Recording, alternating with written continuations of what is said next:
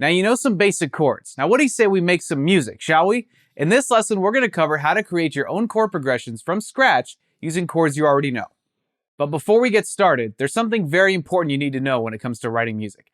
There's no one way to do it. There's no singular magic formula when it comes to writing songs. The truth is, there is a multitude of different ways to write music. If you think about the greatest songwriters in the world, not all of them are big music theory buffs. Some of them don't even know a lick of music theory, and yet they're able to create amazing songs. So what's the common thread?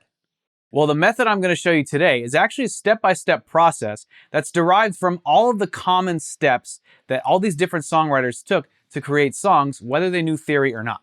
Step number one of this method is to pick a key, any key.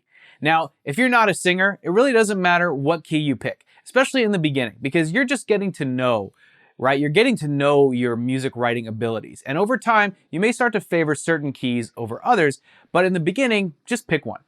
Of course, if you like to sing, you want to pick a key that's suitable for your vocal range. And once you pick that key, then you want to play the corresponding chord that represents that key. So for example, let's say I want to write a song idea and I want it to be in the key of D. So I'm going to start everything off with a D chord, a chord that you probably already know. Step number two, add 2 or 3 additional chords into the mix. Now, don't worry so much about where they're going to go in the arrangement. You know, these are just like some options for you to start off with.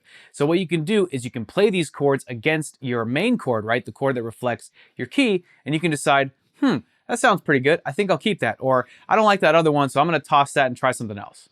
So in my example, I wanted to do the key of D, right? So I'd want to throw in 2 or 3 additional chords just to kind of see how they sound when they're put up against that chord. Now, it doesn't matter if you know what chords fit in the key of D or not, right? We're going to avoid theory for this example. And in fact, if you don't know any theory when it comes to pairing chords up in a key, that's actually a potentially good thing because that's going to start training your ear. You can decide based on your own intuition, right? What chords sound good with what chords.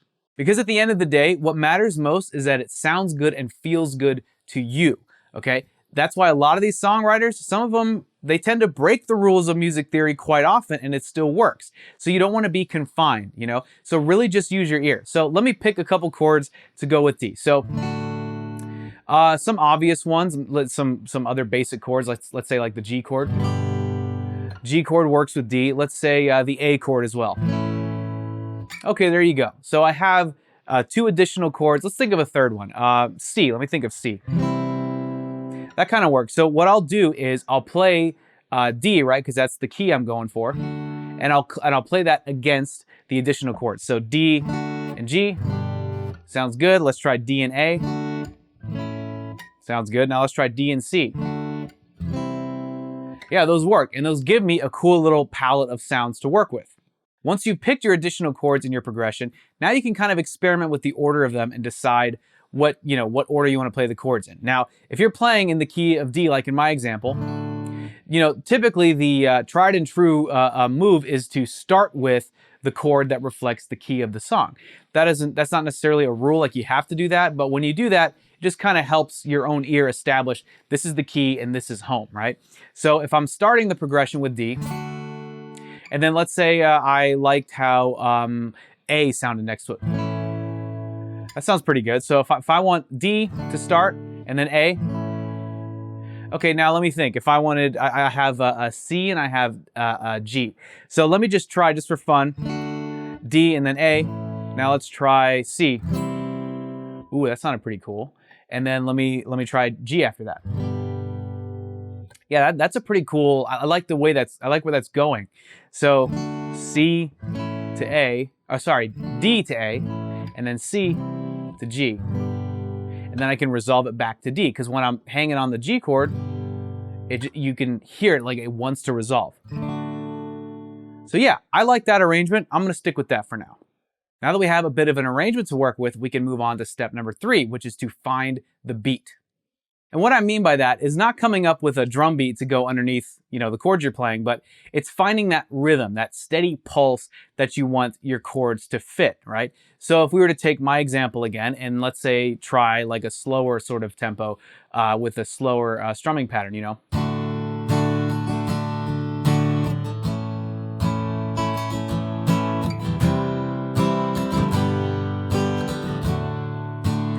That's an option. Or if I wanted to maybe kick up the tempo a bit, do something a little more folksy,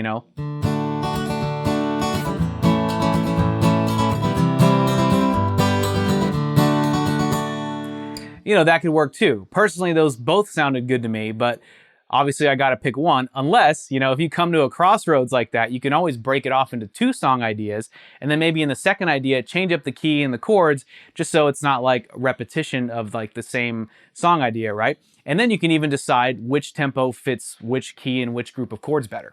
So once you got your rhythm figured out, and I think for my example, I'll just stick to a slower rhythm, you can do step number 4, which is to try different ways of actually playing the chords. So using my example again in the key of D, I don't have to just strum everything like I've been doing. I could try arpeggiating the notes, which is picking each chord one note at a time. All right.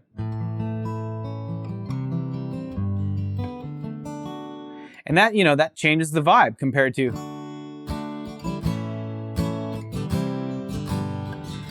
And I mean, of course, you can do combinations of the two. You can even just lose the pick entirely and just finger pick if you want, just to get a softer, warmer tone.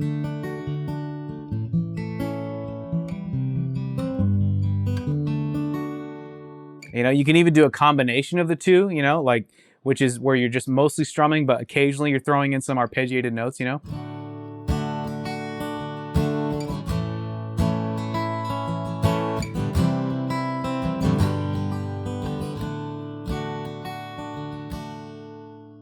There's all kinds of different ways you can do it, and every way that I just showed you had a different sound. Step number 4 is very important because it empowers you with options. So you never have to feel like you have to play every song idea the same way. And finally, that brings us to the final step, number 5, which is take your song idea for a spin.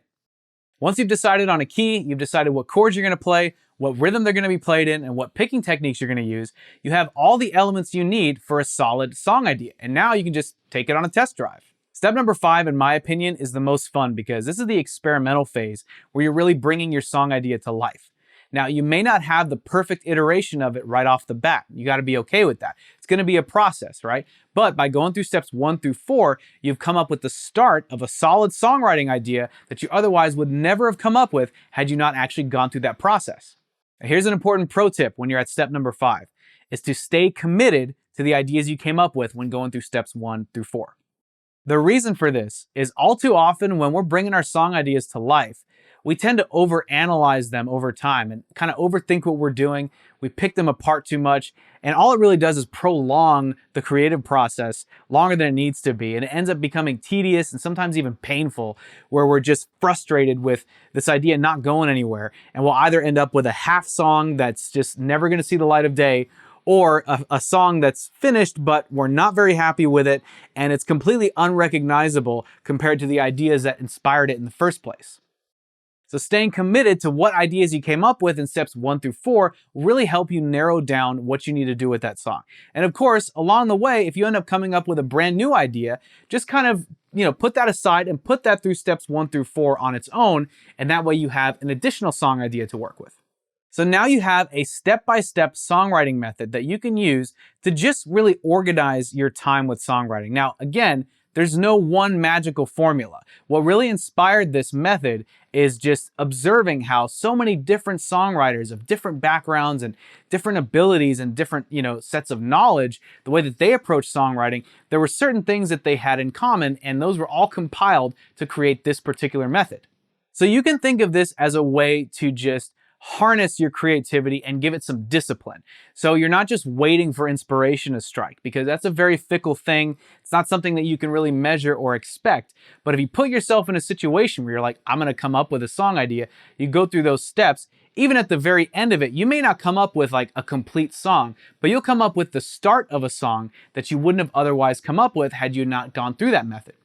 As a matter of fact, I challenge you to add this songwriting exercise to your daily guitar practice. When you do that, you're not just building your skills with your techniques on playing guitar, you're actually building your abilities as a songwriter and a music maker. Imagine being able to come up with song ideas at the drop of a hat. That's the kind of skill you can expect to develop when you use this exercise. You've just been given a powerful new exercise to add to your guitar practice. And so you're going to want to know how to get the maximum results from your practice sessions, am I right? That's why I'm gifting you with a free practice session cheat sheet. This will show you exactly what you need to do to get the most results in the least amount of time when you practice guitar. So be sure to click here to claim your copy or check the link in the description box. If you enjoyed this lesson, be sure to hit that like button and consider subscribing to our YouTube channel, and be sure to check out our other relevant lessons right over here. I want to thank you for hanging out with me today. I hope you've enjoyed this lesson as much as I've enjoyed bringing it to you. I'm Eddie with Guitar Mastery Method, and I look forward to seeing you in the next lesson.